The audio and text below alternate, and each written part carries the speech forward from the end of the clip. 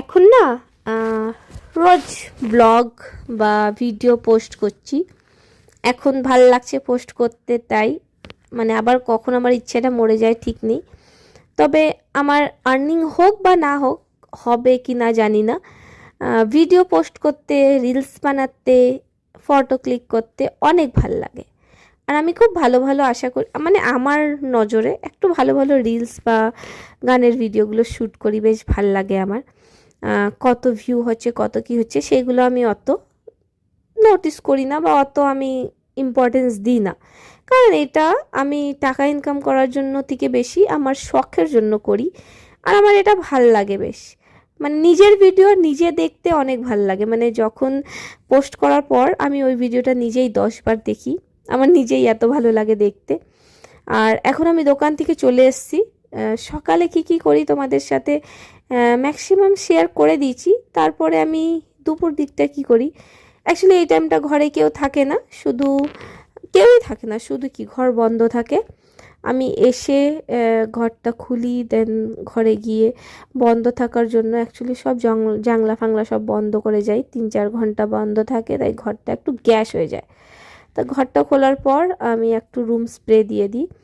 দেন ভাবছি আজকে কি করি।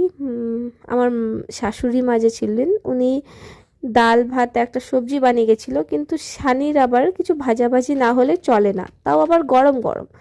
সকালে শাশুড়ি মা বানিয়ে দেয়, কিন্তু সানির ওটা পছন্দ হয় না, ও বলে গরম গরম যখন ও খেতে বসবে তখন ওর পাতে চাই। তাই ভাবছি আজকে সকালেই করে দিয়েছিলাম বেগুনির সেই বেসনগুলো মিক্স করে ফ্রিজে রেখে চলে গেছিলাম। ভাবলাম যখন সানি আসবে তখন ওকে একদম গরম গরম বেগুনি বানিয়ে দিয়ে দেবো। আর আজকে আমার বাপের বাড়ি থেকে শ্বশুর বাড়ির ডিস্টেন্স 2 থেকে 3 মিনিট, বাইকে হেঁটে এলে একদম 7 থেকে 8 মিনিট। তবে কিচেনে এসে সব থেকে আগে যে ফ্রিজে আমি মিক্সটা করে রেখেছিলাম বেসনের, ওই ব্যাটারটা বার করে নিব। কারণ অনেক বেশি ঠান্ডা হয়ে গেছিলো, আর এখন ঠান্ডার টাইমে না ফ্রিজে না রাখলেও হতো, কিন্তু আমি রিস্ক নিলাম না।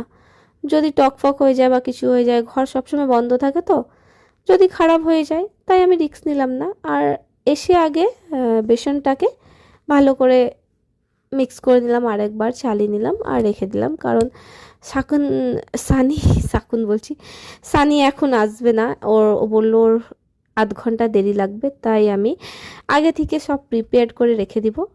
বেশ বেগুনিগুলো শেপের মধ্যে কেটে দিই। আর আমি না বেগুনিটা বেশ পাতলা পাতলা কাটি, যখন সানি খায় ওর খুব ভাল লাগে, খুব মজা লাগে খেতে। তাই